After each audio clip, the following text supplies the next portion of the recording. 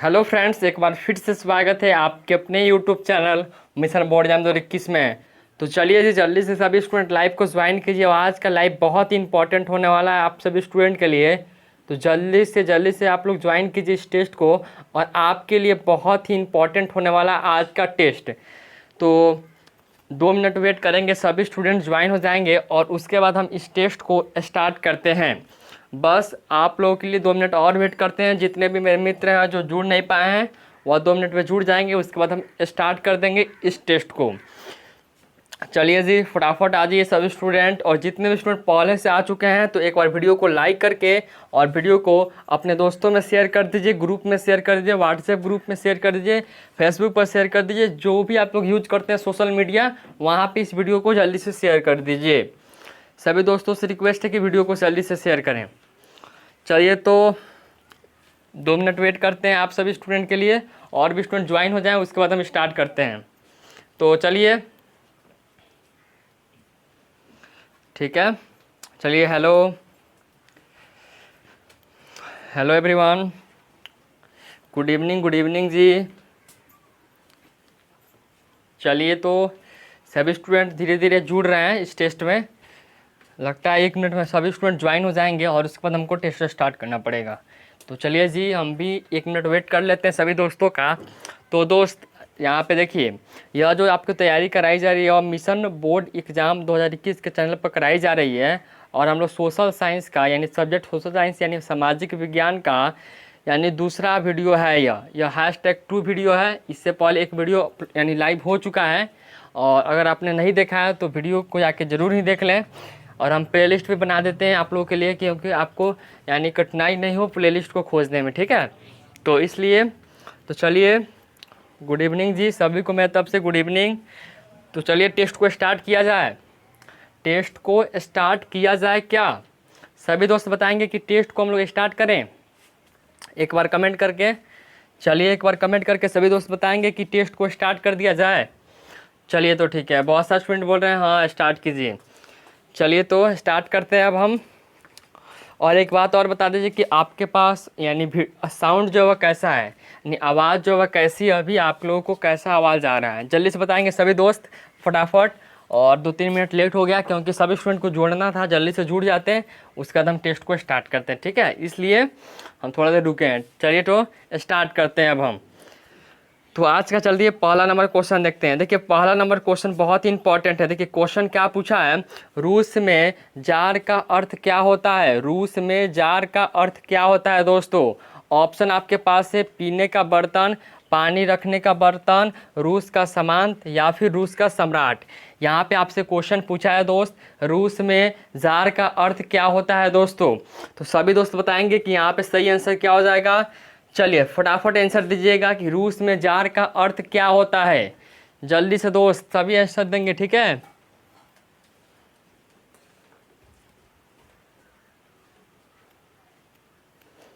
चलिए, फटाफट कमेंट कीजिए कि फर्स्ट का आंसर क्या हो जाएगा। चलिए, ठीक है, कमेंट कीजिए सभी दोस्त। चलिए, ठीक है, ठीक है। चलिए, बहुत सारे स्टूडेंट यहाँ पे देने लगे answer. Very good, very good, very good. Option number यानी यहाँ पे आपका डी सही हो जाएगा, रूस का सम्राट। यानी रूस का जार का अर्थ क्या होता है? तो रूस का सम्राट होता है। यानी 1 का ऑप्शन नंबर डी हो जाएगा, जो कि बिल्कुल ही सही है। और जितने भी मेरे दोस्त ऑप्शन नंबर डी दिए हैं वह बिल्कुल ही सही जा रहे हैं। चलिए, क्वेश्चन नंबर सेकेंड पे आते हैं हम लोग। सेकेंड नंबर क्वेश्चन क्या है जी? देखिए, वेरी वेरी इंपॉर्टेंट क्वेश्चन और बोर्ड एग्जाम में पूछा हुआ प्रश्न है। यहाँ पे क्वेश्चन पूछा है, वल्लभ भाई पटेल को सरदार की उपाधि किस किसान आंदोलन के दौरान दी गई थी? यहाँ पे क्वेश्चन पूछा है, वल्लभ भाई पटेल को सरदार की उपाधि किस किसान आंदोलन के दौरान दी गई थी? ऑप्शन में दिया हुआ है बारदोली, अहमदाबाद, खेड़ा या फिर चंपारण। चलिए, वल्लभ भाई पटेल को सरदार की उपाधि किस किसान आंदोलन के दौरान दी गई थी? सभी दोस्त जल्दी से कमेंट करके बताएंगे कि आंसर क्या हो जाएगा यहाँ पे। चलिए, आंसर क्या हो जाएगा? वल्लभ भाई पटेल को सरदार की उपाधि किस किसान आंदोलन के दौरान दी गई थी? सभी दोस्त जल्दी से कमेंट करेंगे, फटाफट बताइएगा कि 2 का सही आंसर यहाँ पे क्या हो जाएगा। जल्दी से सभी दोस्त कमेंट कीजिए कि आंसर यहाँ पे क्या होगा। चलिए ठीक है, जल्दी से कमेंट कीजिए कि आंसर क्या हो जाएगा। चलिए ठीक है आ रहा है, बहुत सारे स्टूडेंट दे रहे हैं आंसर और कुछ स्टूडेंट गलत भी कर रहे हैं। नहीं जी, गलत नहीं करना है, काफ़ी बार आपको करा दिए यह सब क्वेश्चन, इसलिए प्लीज़ आप लोग गलत ना करें, ठीक है, क्योंकि यह सब क्वेश्चन हम रिपीट करा रहे हैं आप लोगों को और कुछ कुछ इसमें आपको क्वेश्चन देखने को मिलेगा। और जितने भी क्वेश्चन अब आप लोग के लिए ला रहे हैं ना, यह सब क्वेश्चन बैंक से क्वेश्चन है, क्वेश्चन पे यानी क्वेश्चन जो बैंक होता है उसी से हम यह क्वेश्चन सेलेक्ट किए हैं, ठीक है। बहुत सारे स्टूडेंट बोल रहे थे कि क्वेश्चन बैंक का क्वेश्चन भी करा दीजिए, ठीक है, इसलिए यह सभी क्वेश्चनों को हम कंप्लीट करा रहे हैं। चलिए यहाँ पे आंसर हो जाएगा आपका ऑप्शन नंबर ए हो जाएगा। वल्लभ भाई पटेल को सरदार की उपाधि किस किसान आंदोलन के दौरान दी गई थी? तो बारडोली, ठीक है, 2 का ऑप्शन नंबर आपका ए हो जाएगा, जो कि बिल्कुल ही सही है। और 2 का ए जितने भी छात्र दिए हैं वह बिल्कुल ही सही जा रहे हैं, ठीक है। क्वेश्चन नंबर 3 पे आते हैं अब हम लोग। 3 नंबर क्वेश्चन क्या है, देखिए, बिहार में कितने प्रतिशत भौगोलिक क्षेत्र में वन का फैलाव है? यहाँ पे क्वेश्चन क्या पूछा है, यानी बिहार में, यानी बिहार राज्य में कितने प्रतिशत भौगोलिक क्षेत्र में वन का फैलाव है, यानी वन का फैलाव कितना प्रतिशत है? 7 है, 14 है, या फिर 21 है, या फिर 28 है? बिहार में कितने प्रतिशत भौगोलिक क्षेत्र में वन का यानी फैलाव है? सभी दोस्त कमेंट करके बताएंगे कि इसका आंसर क्या हो जाएगा। चलिए जी बताइए, और बहुत सारे स्टूडेंट का कमेंट आ चुका है। चलिए जी, चलिए फटाफट आंसर दीजिए। चलिए, यहाँ पे आप बहुत स्टूडेंट गलत भी कर रहे हैं, कुछ स्टूडेंट यहाँ पे गलत भी कर रहे हैं और कुछ स्टूडेंट का सही आंसर आ चुका है, वेरी गुड। बिहार में कितने प्रतिशत भौगोलिक क्षेत्र में वन का विस्तार है दोस्तों? धीरे धीरे आप लोगों का कमेंट आ रहा है। चलिए ठीक है, चलिए हाँ, चलिए कमेंट कीजिए। चलिए ठीक है, वेरी गुड। ऑप्शन नंबर आपका यहाँ पे ए हो जाएगा, 7%, ठीक है, 7%, यानी बिहार में कितने प्रतिशत भौगोलिक क्षेत्र में वन का फैलाव है? तो 7%, ठीक है। और आप लोग प्लीज़ आज अंत तक बने रहिएगा, क्योंकि आपको कुछ क्वेश्चन भी देने वाले हैं आप लोगों के लिए, जिसको आपको कमेंट बॉक्स में बताना है, ठीक है। चलिए क्वेश्चन नंबर 4 पे आते हैं अब हम लोग। 4था नंबर क्वेश्चन को पढ़िएगा, पहले क्वेश्चन को रीड कीजिए, ठीक है, उसके बाद हम लोग ऑप्शन को देखेंगे। देखिए क्वेश्चन क्या पूछा है, यूरेनियम का प्रमुख उत्पादक स्थल है। देखिए यहाँ पे पूछा है यूरेनियम का प्रमुख उत्पादक स्थल कौन सा है। चलिए अब हम लोग ऑप्शन देखते हैं, ऑप्शन में क्या क्या दिया हुआ है। देखिए यहाँ पे दिया हुआ है डिगबोई, बाबू बुदन, या फिर जादूगोड़ा, या फिर घाटशिला। आंसर क्या होगा दोस्तों? चलिए सभी दोस्त बताएंगे यहाँ पे क्वेश्चन क्या है जी। यानी क्वेश्चन पूछा है यूरेनियम का, यानी यूरेनियम का प्रमुख उत्पादक स्थल कौन सा है। ऑप्शन 4 दिया हुआ है डिगबोई, बाबा बुदन, या फिर जादूगोड़ा, ठीक है। आंसर क्या हो जाएगा इसका? चलिए आप लोग का कमेंट आ रहा है, ठीक है। चलिए सभी स्टूडेंट कमेंट करें, ठीक है, सभी जितने भी स्टूडेंट देख रहे हैं वीडियो को कमेंट करते रहें, ठीक है। और चलिए धीरे धीरे आप लोग का आंसर आ रहा है। चलिए ठीक है, हाँ जी। और नेटवर्क इशू आज हो सकता है थोड़ा, इसलिए जो है आज नेम नहीं बोल रहे हैं आप लोगों का, और मेरा जो है डाटा सही से चल नहीं रहा है, ठीक है, इसलिए हम एक बार फ़ोन से दूसरे फ़ोन से कनेक्ट करके और इस टेस्ट को ले रहे हैं। तो इसलिए आप लोग बात समझ सकते हैं, मेरा भी आज जो है नेटवर्क भी सही नहीं है मेरा, इसलिए दूसरे फ़ोन से हम कनेक्ट करके करा रहे हैं, ठीक है। चलिए ठीक है, ऑप्शन नंबर आपका यहाँ पे सी हो जाएगा, जादूगोड़ा, ठीक है, जादूगोड़ा, यानी ऑप्शन नंबर आपका सी आंसर बिल्कुल ही सही है।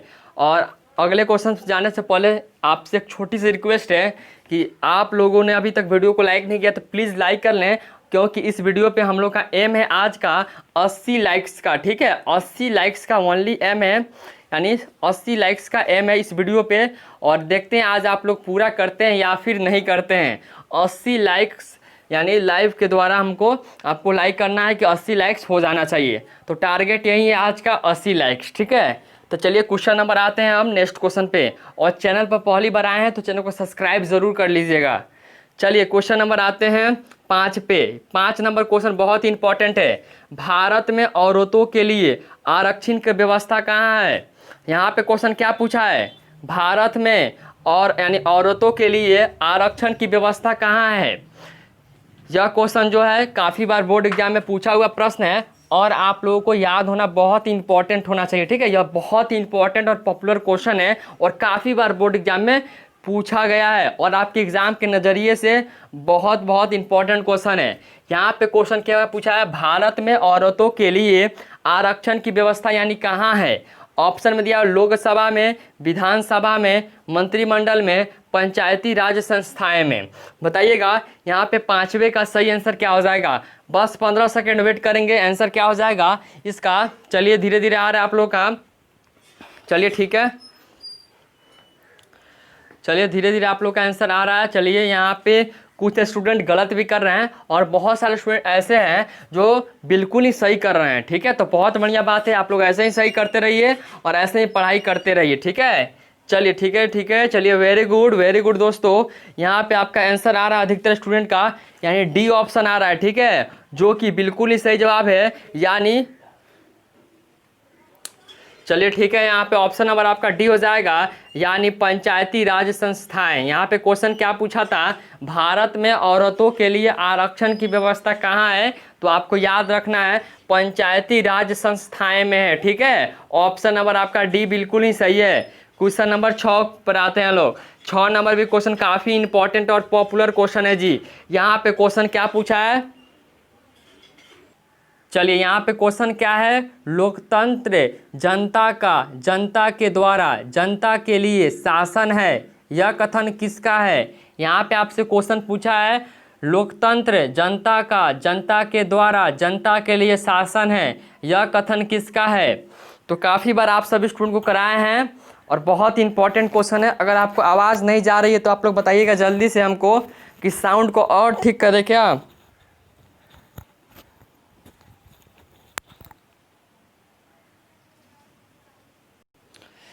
चलिए जी बताइएगा कि लोकतंत्र जनता का, जनता के द्वारा, जनता के लिए शासन है, यह कथन किसका है। चलिए बताइए 6 का सही आंसर।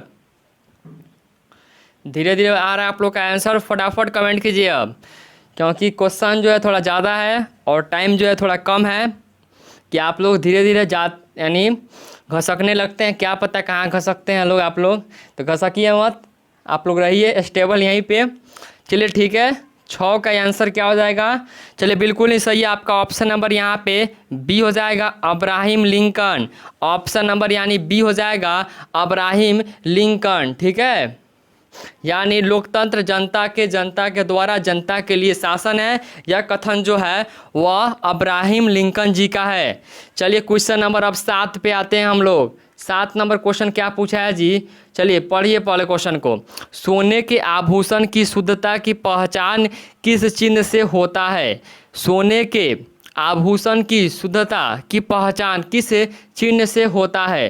4 ऑप्शन आपके स्क्रीन पर है, ट्रेडमार्क, हॉलमार्क, या फिर एग मार्क या डल मार्क। बताइए आंसर क्या होगा। सोने के आभूषण की शुद्धता पहचानने का जो चिन्ह होता है वो कौन सा होता है।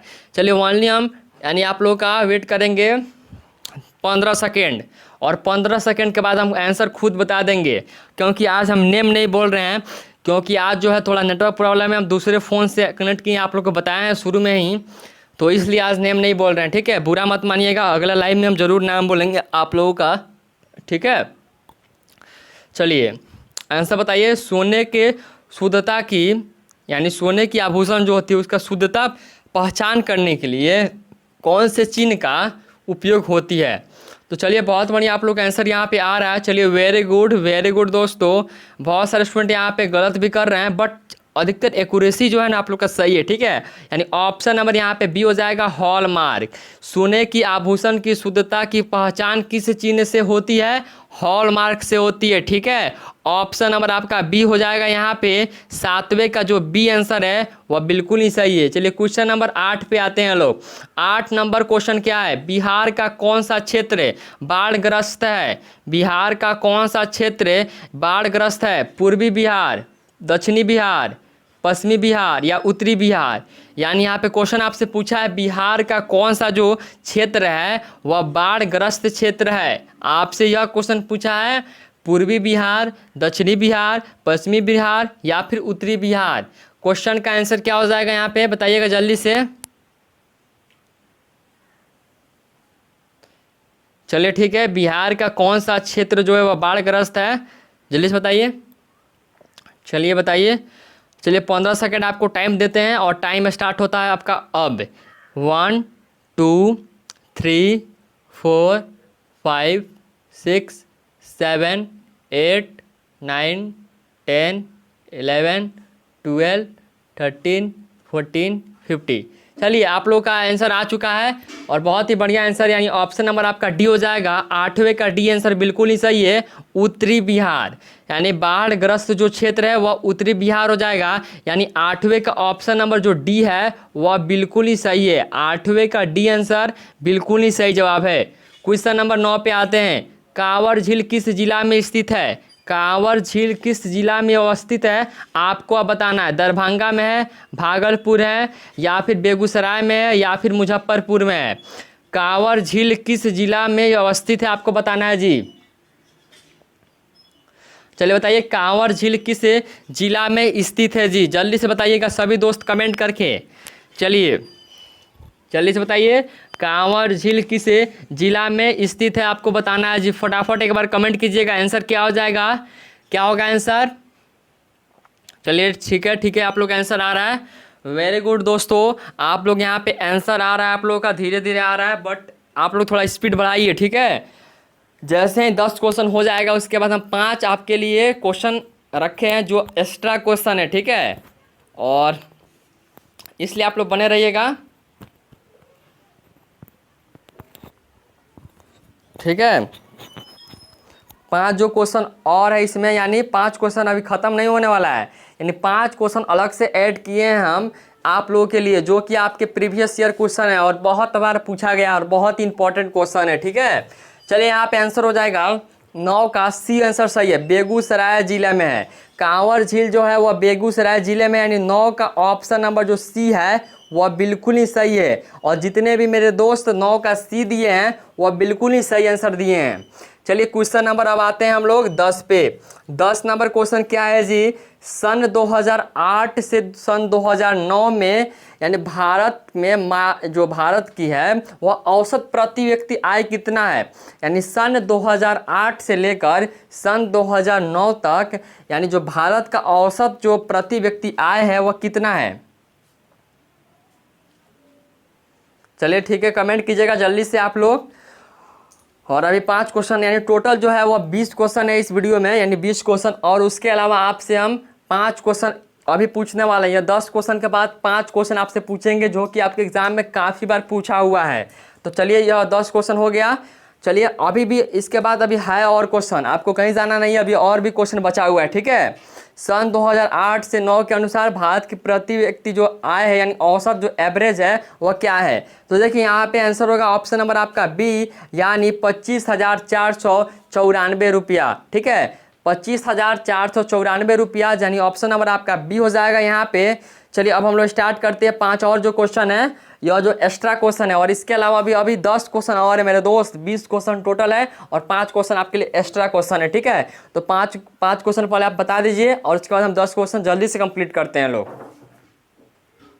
देखिए आपका जो पहला क्वेश्चन है, और काफ़ी बार यह क्वेश्चन हम आपसे पूछ चुके हैं, ठीक है, तो इसलिए प्लीज़ गलत मत कीजिएगा। क्वेश्चन है, प्रथम पृथ्वी सम्मेलन कब हुआ था। प्रथम पृथ्वी सम्मेलन कब हुआ था। 4 बार हम क्वेश्चन को पढ़ेंगे और उसके बाद आपको आंसर आ जाना चाहिए। ज़्यादा से ज़्यादा 4 बार बोलेंगे, उसके बाद हम नहीं बोलेंगे, ठीक है। क्वेश्चन है, प्रथम पृथ्वी सम्मेलन कब हुआ था। क्वेश्चन क्या है, प्रथम पृथ्वी सम्मेलन कब हुआ था। प्रथम पृथ्वी सम्मेलन कब हुआ था दोस्तों। चलिए आंसर आप बताइए। बस आप लोगों के लिए हम 10 सेकंड वेट करेंगे, उसके बाद हम आंसर बता देंगे खुद, ठीक है। चलिए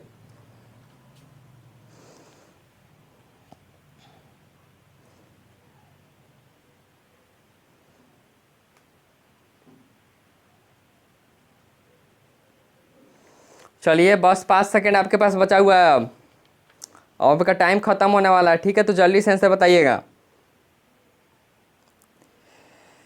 चलिए आपका टाइम हुआ खत्म। आंसर होगा 1992 में, ठीक है। 1992 में जो पहला पृथ्वी सम्मेलन हुआ था, ठीक है, 1992 ईस्वी में पहला पृथ्वी सम्मेलन हुआ था, रियो डी जेनेरियो में हुआ था, ठीक है, रियो डी जेनेरियो में हुआ था, ठीक है।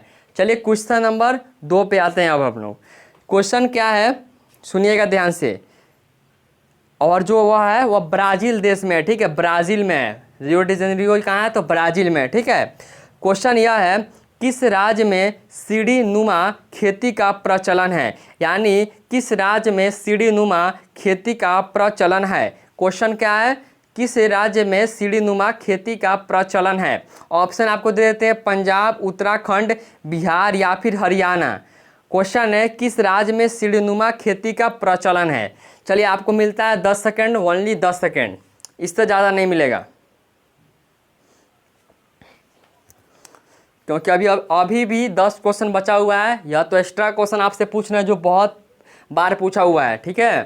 तो चलिए आप लोग का आंसर 5 सेकेंड और, ओनली 5 सेकेंड बचा हुआ है आपके पास। जल्दी से कमेंट कीजिए, अब लेट मत कीजिए। चलिए ठीक है, चलिए बिल्कुल नहीं सही जवाब है आप लोगों का। यहाँ पे बहुत सारे स्टूडेंट कमेंट कर दिए हैं उत्तराखंड, उत्तराखंड में है, ठीक है, उत्तराखंड में है, आपको याद रखना है उत्तराखंड में है। चलिए नेक्स्ट क्वेश्चन है 3rd नंबर क्वेश्चन, बहुत ही इंपॉर्टेंट क्वेश्चन है दोस्तों, ध्यान से सुनिएगा, ठीक है। क्वेश्चन यह है यानी संसार का सबसे कीमती संसाधन कौन है। आपको हम ऑप्शन देने वाले हैं 4 ऑप्शन।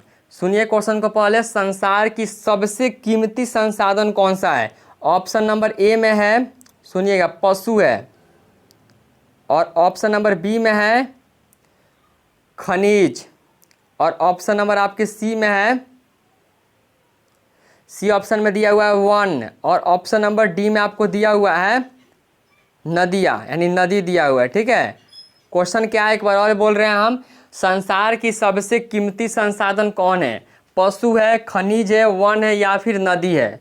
चलिए 10 सेकेंड आपके पास टाइम है, जल्दी से कमेंट कीजिए, जल्दी से दोस्तों, जल्दी से, अभी बहुत सारा क्वेश्चन भी बचा हुआ है, इसलिए आप लोग जल्दी से कमेंट कीजिएगा, तब ना हम आप लोगों का आंसर देख पाएंगे और हम आंसर जल्दी से बताएंगे। चलिए ठीक है, चलिए 5 सेकेंड और बचा हुआ है आपके पास, 5 सेकेंड बचा हुआ है बस। चलिए 5 सेकेंड और टाइम है आप लोगों के पास, जल्दी से कमेंट।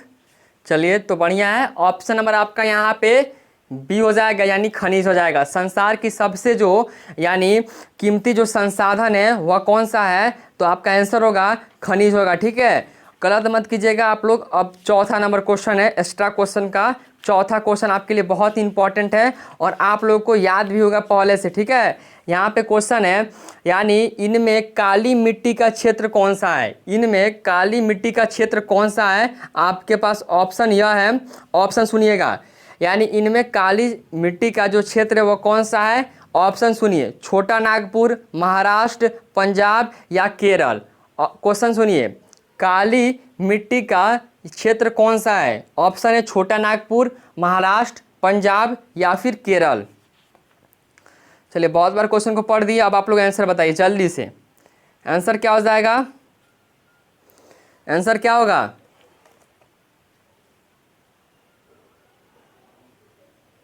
आंसर क्या होगा जल्दी से बताइए।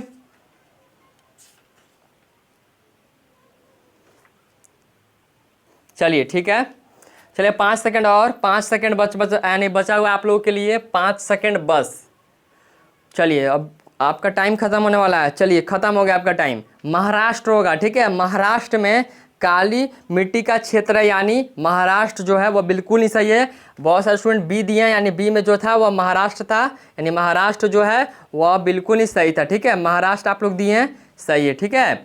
चलिए अब क्वेश्चन नंबर आते हैं हम लोग 11 पे, ठीक है। चलिए 11 नंबर क्वेश्चन क्या है, निम्न में कौन सा जो देश है मिश्रित अर्थव्यवस्था है। निम्न में से कौन से देश में यानी मिश्रित अर्थव्यवस्था है। अमेरिका, चीन, भारत या फिर इनमें से कोई नहीं। क्वेश्चन क्या है, निम्न में से कौन से जो देश में मिश्रित अर्थव्यवस्था है। मिश्रित अर्थव्यवस्था कौन से देश में है, चलिए बताइए जल्दी से, मिश्रित अर्थव्यवस्था कौन से देश में है, जल्दी से चलिए फटाफट बताइए कि आंसर क्या हो जाएगा। मिश्रित अर्थव्यवस्था कौन से देश में है, चलिए दोस्तों जल्दी से बताइए आंसर क्या होगा। चलिए तो ठीक है, ऑप्शन नंबर आपका यहाँ पे हो जाएगा सी। भारत में जो है वो मिश्रित अर्थव्यवस्था है, यानी ऑप्शन नंबर आपका जो सी है वह बिल्कुल ही सही है। चलिए क्वेश्चन नंबर अब 12 पे आते हैं, और आपको एक क्वेश्चन हम लास्ट में देंगे, ठीक है, लास्ट में देंगे, और उसका आंसर आपको वीडियो के कमेंट बॉक्स में करके बताना है अपने नेम के साथ। चलिए question number 12, war and peace पुस्तक की रचना किसने की? वार एंड पीस पुस्तक की रचना किसने की? बताइए आंसर क्या होगा। चलिए फटाफट बताइएगा, वार एंड पीस पुस्तक की रचना किसने की थी? और काफ़ी बार बोर्ड एग्जाम में पूछा है, ठीक है, तो इसलिए आप लोग को बताए हुए थे, बहुत पहले ही टेस्ट में कराए हुए थे और वीडियो में भी डाले हुए थे इसके बारे में। तो चलिए जल्दी से आंसर बताइएगा।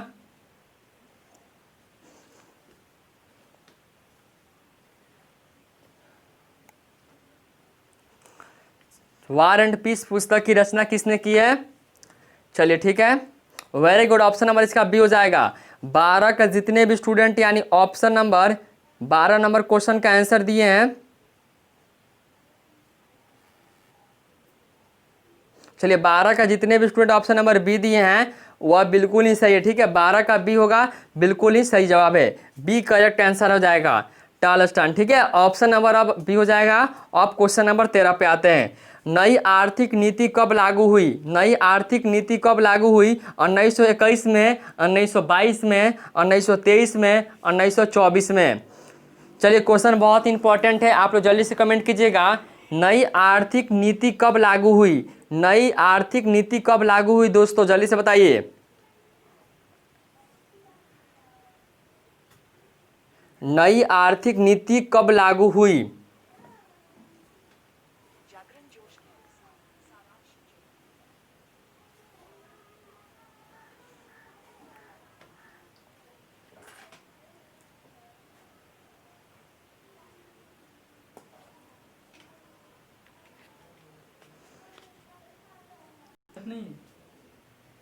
चलिए नई आर्थिक नीति कब लागू हुई थी, फटाफट बताइएगा कि आंसर क्या हो जाएगा। नई आर्थिक नीति कब लागू हुई थी दोस्तों, जल्दी से बताइए आंसर क्या हो जाएगा यहाँ पे, फटाफट बताइए आंसर क्या होगा।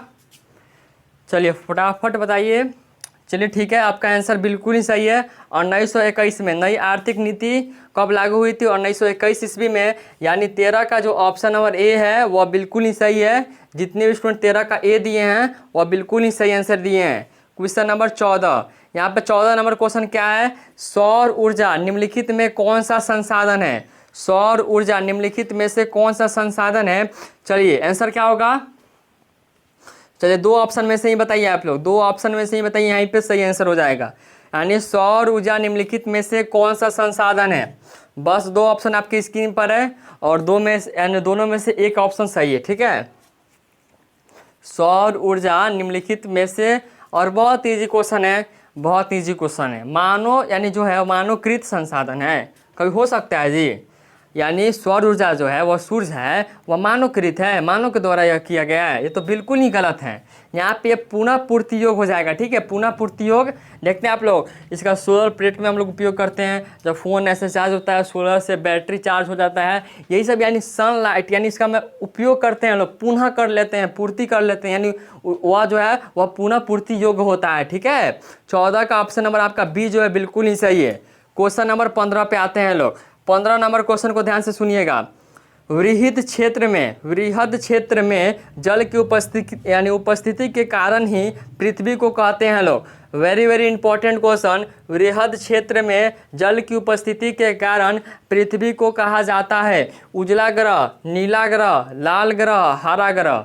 यहाँ पे क्वेश्चन क्या है? वृहद क्षेत्र में जल की उपस्थिति के कारण ही यानी पृथ्वी को हम लोग क्या बोलते हैं जी, जल्दी से कमेंट कीजिएगा। और बहुत ही ईजी क्वेश्चन है, ईजी क्वेश्चन है जी, बहुत ही ईजी क्वेश्चन है। बस आपके पास 10 से 15 सेकंड है, जल्दी से क्वेश्चन को सोचिए कि आंसर क्या होगा, फटाफट कमेंट कीजिए, ठीक है, कि आंसर क्या हो जाएगा यहाँ पे। बृहद क्षेत्र में जल की उपस्थिति के कारण ही पृथ्वी को हम लोग क्या बोलते हैं जी, जल्दी से कमेंट कीजिए, ठीक है। चलिए फटाफट बताइएगा। चलिए चलिए आंसर आ रहा है आप लोग का, वेरी गुड दोस्तों, वेरी गुड, धीरे धीरे आ रहा है आप लोग का आंसर। चलिए ठीक है, यहाँ पे आप लोग का आंसर हो जाएगा ऑप्शन नंबर बी, ठीक है, नीला ग्रह। यानी वृहद क्षेत्र में जल की उपस्थिति के कारण ही हम लोग पृथ्वी को नीला ग्रह बोलते हैं, ठीक है। यानी ऑप्शन नंबर आपका बी हो जाएगा। चलिए क्वेश्चन नंबर 16 पे आते हैं। 16 नंबर क्वेश्चन क्या है, भारत में किस तरह की लोकतंत्र यानी किस तरह की लोकतंत्र की व्यवस्था है, जल्दी से बताइएगा। भारत में किस तरह की लोकतंत्र की व्यवस्था है,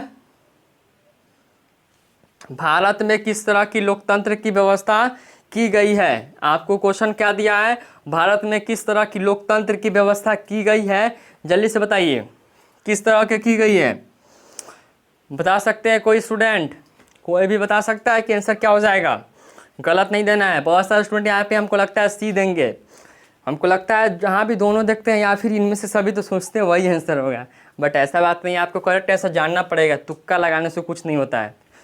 चलिए तो ठीक है, ऑप्शन नंबर आपका बी है वह बिल्कुल ही सही है, अप्रत्यक्ष। भारत में किस तरह के लोकतंत्र की व्यवस्था की गई, तो अप्रत्यक्ष यानी ऑप्शन नंबर आपका बी हो जाएगा। क्वेश्चन नंबर 17 पे आते हैं लोग। 17 नंबर क्वेश्चन क्या है, 17 नंबर क्वेश्चन क्या पूछा है, भारत उपभोक्ता संरक्षण अधिनियम को घोषणा कब हुआ था। यानी भारत में उपभोक्ता संरक्षण अधिनियम की घोषणा कब की गई थी। ऑप्शन आपके पास है 1986, 1980 और ऑप्शन नंबर सी में क्या दिया हुआ है 1988 और ऑप्शन नंबर डी में दिया हुआ 1988 हो गया, ठीक है। तो यहाँ पे आप लोग 89 कर दीजिए, ठीक है। ऑप्शन नंबर डी में 89 हो जाएगा। भारत में उपभोक्ता अधिनियम जो है वह कब की गई थी, यानी इसका घोषणा जो है वह कब किया गया था। चलिए क्वेश्चन को थोड़ा बड़ा करते हैं। चलिए अब दिख रहा होगा, भारत में उपभोक्ता संरक्षण अधिनियम की घोषणा कब हुई थी। चलिए तो 10 सेकंड आपके पास टाइम है, फटाफट बताइएगा। और आज इसलिए तेज़ी से कर रहे हैं क्वेश्चनों को क्योंकि मेन रीज़न यह है कि नेटवर्क प्रॉब्लम है और हम फ़ोन जो है हम कनेक्ट करके दूसरे फ़ोन से हम टेस्ट ले रहे हैं, ठीक है। तो इसलिए नेम नहीं बोल रहे हैं। चलिए आपका आंसर हो जाएगा ए, 1986 हो जाएगा। 1986 ईस्वी में हुआ था, ऑप्शन नंबर आपका ए सही है, ठीक है। क्वेश्चन नंबर 18 पे आते हैं। यहाँ देखिए, यहाँ पे क्वेश्चन आपको पूछा है, यानी 18 नंबर क्वेश्चन है, ठीक है। इसको अलग कर दीजिए, 18 नंबर इधर है, ठीक है, 18 इधर होगा। और देखिए 26 दिसंबर 2004 को विश्व के किस हिस्से में भयंकर सुनामी आया था। यहाँ पे क्वेश्चन है 26 दिसंबर 2004 को विश्व में यानी दुनिया भर में किस हिस्से में जो भयंकर सुनामी आया था। सुनामी कहाँ आया था जी, सबसे भयंकर, और कब आया था, तो यानी 26 दिसंबर 2004 को विश्व के यानी दुनिया भर के कौन से हिस्से में ऐसा है जो भयंकर सुनामी आया था। चलिए बताइएगा जल्दी से, 10 सेकंड आपके पास टाइम है, फटाफट कमेंट कीजिए कि आंसर क्या हो जाएगा। यहाँ पे फटाफट बताइएगा, ठीक है। कमेंट करने में देरी मत कीजिए। और आप लोग इतना ना प्रैक्टिस हो गया होगा अब कि आप लोग फटाफट आंसर कमेंट करेंगे, ठीक है। चलिए आंसर हो जाएगा ऑप्शन नंबर आपका सी, बंगाल की खाड़ी। बंगाल की खाड़ी में आया था और कब आया था, तो 26 दिसंबर 2004 को आया था, ठीक है। चलिए क्वेश्चन नंबर 19 पे आते हैं आप लोग। चलिए 19 नंबर क्वेश्चन क्या है, वियना कांग्रेस के द्वारा फ्रांस में किस शासक वंश की पुनर्स्थापना की गई। यहाँ पे क्वेश्चन क्या है, वियना कांग्रेस के द्वारा फ्रांस में किस शासक वंश की पुनर्स्थापना की गई थी। जल्दी से बताइएगा सभी दोस्त कमेंट करके बताएंगे आंसर क्या हो जाएगा। 19 का सही आंसर जल्दी से बताइए, आंसर क्या होगा जी, सभी दोस्त कमेंट कीजिए।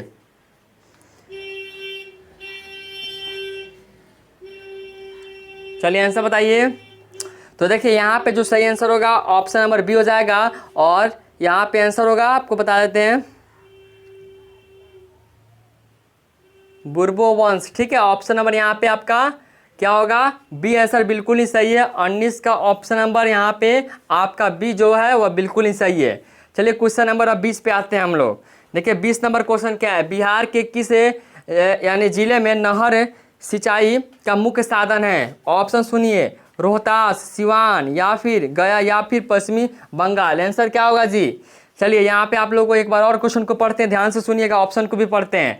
बिहार में किस जिले में यानी बिहार के कौन से जिले में नहर यानी सिंचाई का मुख्य साधन है। रोहतास, सिवान, गया या फिर पश्चिमी बंगाल। चलिए बताइए। चलिए इसको बड़ा कर देते हैं, आप क्वेश्चन को पढ़ दिए, ऑप्शन को भी पढ़ दिए। चलिए अब आप लोग बताइएगा बिहार के किस जिले में नहर सिंचाई का मुख्य साधन है। सभी दोस्त जल्दी से बताएंगे कि आंसर क्या हो जाएगा, फटाफट बताइएगा आंसर यहाँ पे क्या होगा दोस्त, सभी दोस्त बताएंगे कमेंट करके। चलिए 5 सेकेंड और वेट करते हैं, 5 सेकेंड ओनली। चलिए ठीक है, कमेंट कर लीजिए सभी स्टूडेंट। चलिए ठीक है, ऑप्शन नंबर आपका यहाँ पे ए हो जाएगा, रोहतास। रोहतास में ऐसी व्यवस्था है जो नहरों के द्वारा सिंचाई का मुख्य साधन जो है वो रोहतास में है। तो आज के वीडियो में इतना ही और आज के टेस्ट में इतना ही। और एक क्वेश्चन आपको बोले थे कि आपको कमेंट करके बताना है, तो इसको लाइव चैट में नहीं कमेंट करना है, यानी अभी जो है वो इसको कमेंट नहीं करना है, आपको लाइव चैट में इसको अभी कमेंट नहीं करना है, आपको कमेंट करना है कमेंट बॉक्स में। एक आपको वीडियो के नीचे कमेंट बॉक्स आता है, आप लोग नीचे जाके देखिए, अभी आपको दिख रहा होगा, ठीक है।